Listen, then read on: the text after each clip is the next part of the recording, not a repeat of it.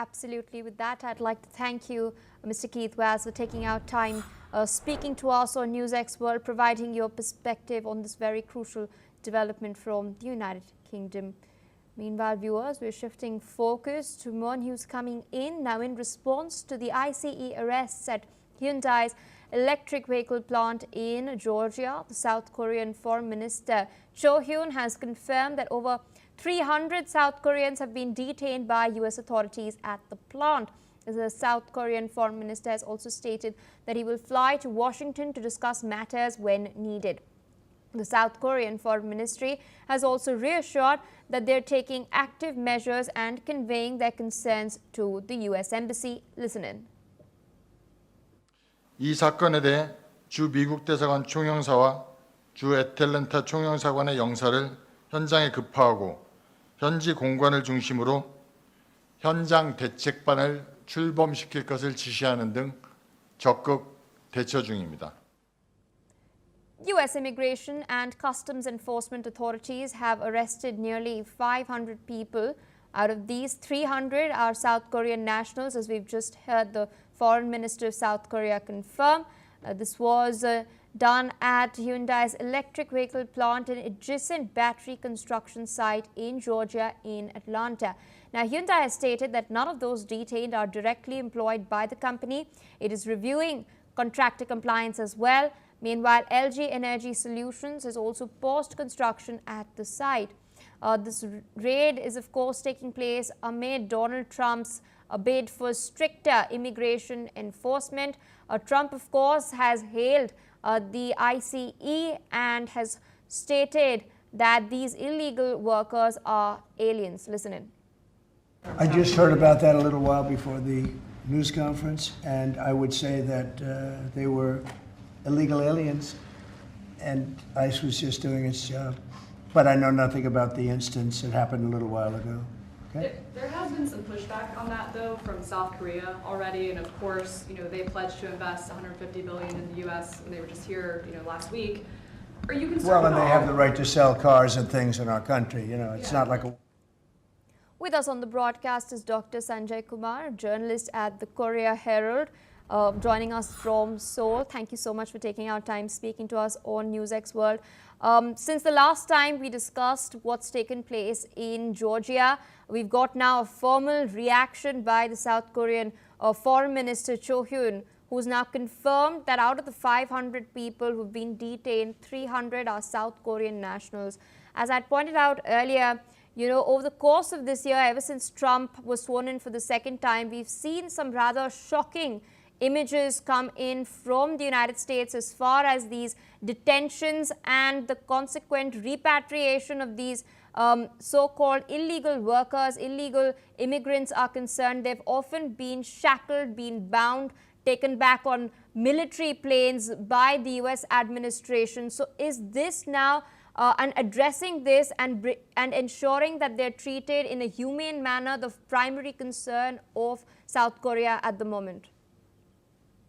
Yes, human rights violation is a great concern right now, and that is why not only the foreign minister of South Korea, but President Lee Jae-myung has also just few hours back iterated that the rights of Korean citizens overseas must not be infringed while taking this enforcement of law by the U.S. authorities.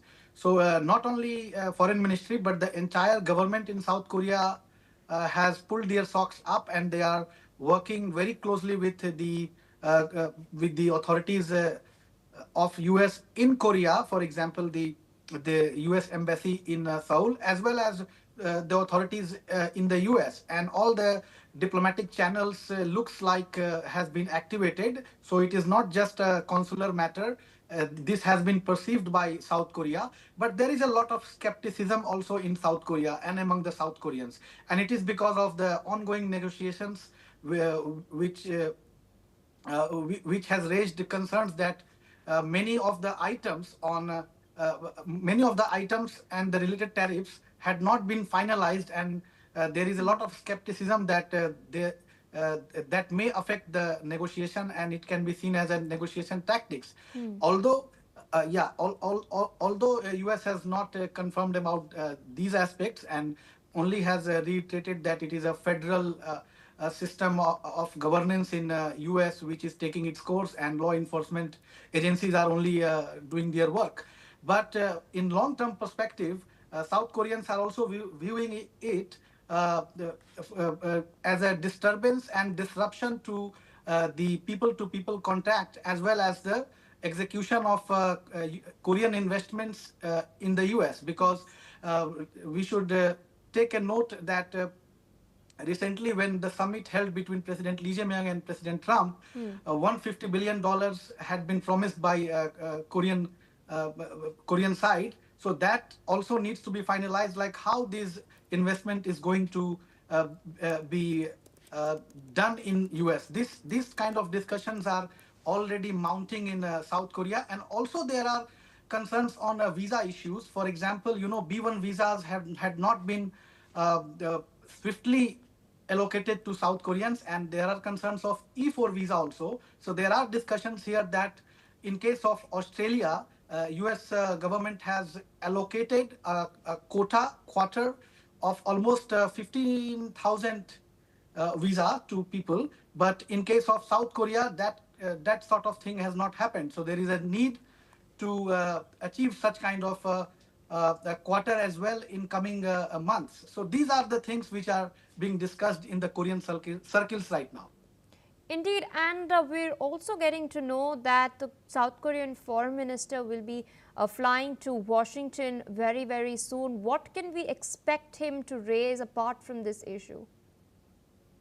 Well, foreign minister has said that if it is really needed, or if it is needed, he is set to fly to US and talk to the authorities, because this is not the issue is being taken very seriously by the Korean side, because US ROK alliance remain intact. It's an ironclad alliance, and this kind of people to people contact disruption may cause a long-term impact and consequences.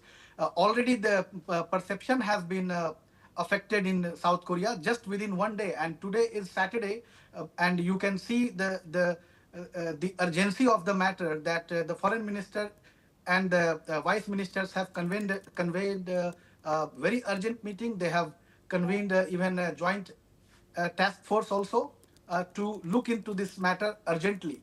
So what next is very important, and opposition here is also trying to raise this issue, because already the President Lee Jae-myung's pragmatic diplomacy is in check these days by the opposition party. So things are moving in a very fast but critical direction. So for Korean citizens to be protected, it is a matter of human rights concern right now to many here in Korea.